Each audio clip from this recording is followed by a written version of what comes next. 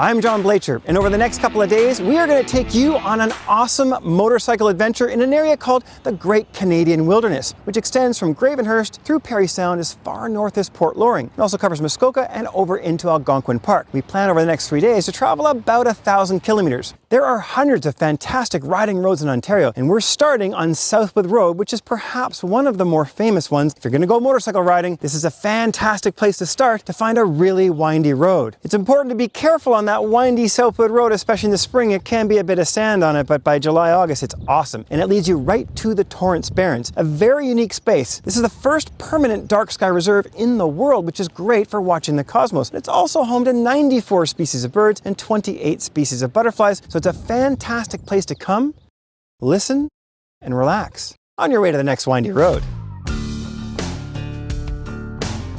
Val is not only a great spot to come and check out the falls, but also a great spot if you're looking for some food. There's plenty of restaurants in town, and with COVID restrictions easing, well, the Key to Val is opening back up, so we can look at some live music as well.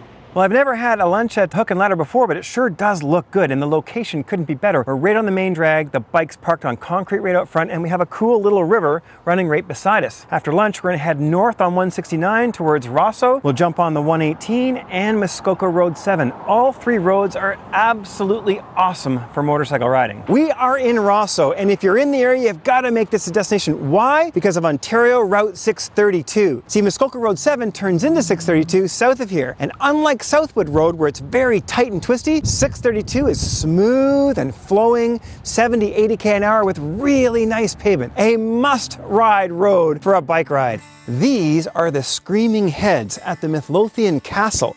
And this is a must-have destination if you're anywhere near Burk's Falls. Now, this gentleman from Wales built a castle over there, which is now his private residence, so that's not part of the tour. But he's also built a fairly large parking lot, so you can come and visit and basically run around the grounds and check out these very cool Screaming Heads that he has built. Talk about a cool spot. There's something eerie, almost creepy about this location.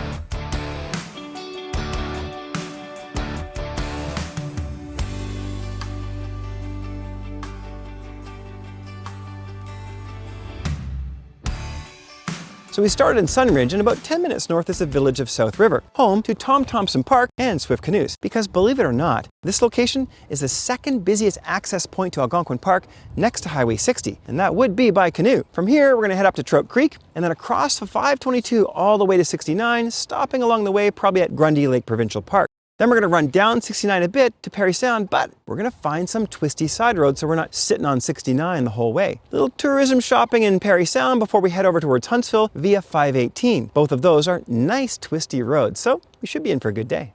Highway 529 is a much more interesting ride than 69. It won't take you all the way south to Parry Sound, but it will pop you out just north of Point of Barrel, adding about 30 turns over 25 clicks. If you like sausages on the barbecue, you must check out Orr's Meats. They make some of the best I've ever had fresh in-house. And pro tip, call a day or two ahead if you're ordering more than a dozen, and they will have them ready for you upon arrival. Well, I've been to Parry Sound a million times, and there's lots of great restaurants, but while we were looking at the sausages at Orr's Meats, we saw some smoke across the road at the Fort Knox Island Grill, and that was it. We had to go get ourselves some Caribbean food.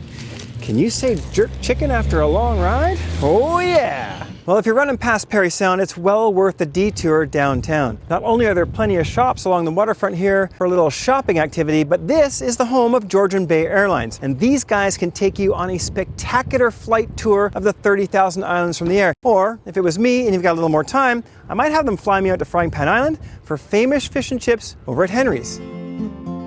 We're staying in Huntsville tonight, and the fastest way there would be to continue on 518 to 11 South.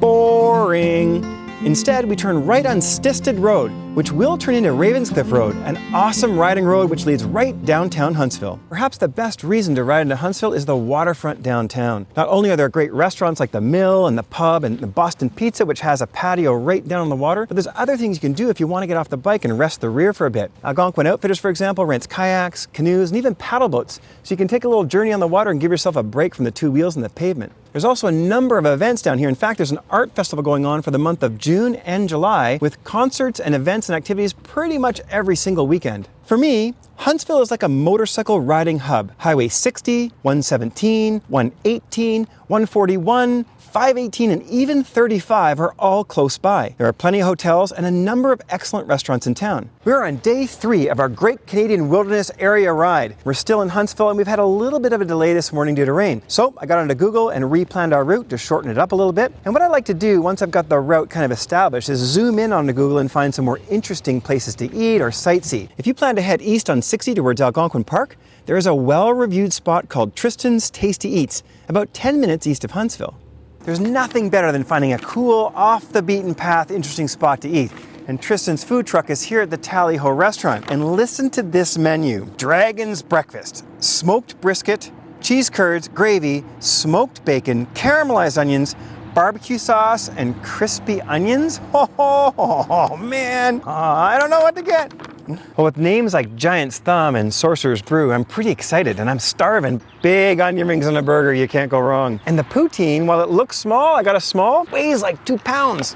We're gonna need to go for a run after this. Highway 35 might be one of my favorite roads in Ontario. It runs just east of Dwight, all the way south to the 407, but it's not really much fun until you get north of Lindsay. But once you're up here, it is an absolute hoot.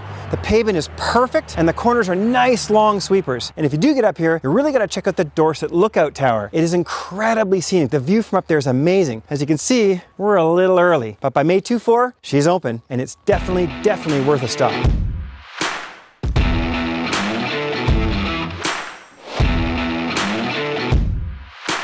Wow. So, fork in the road, how fitting. Humble Pie Butter Tart Factory? Are you kidding me? We're definitely stopping. And Yummies? It's like the food trifecta.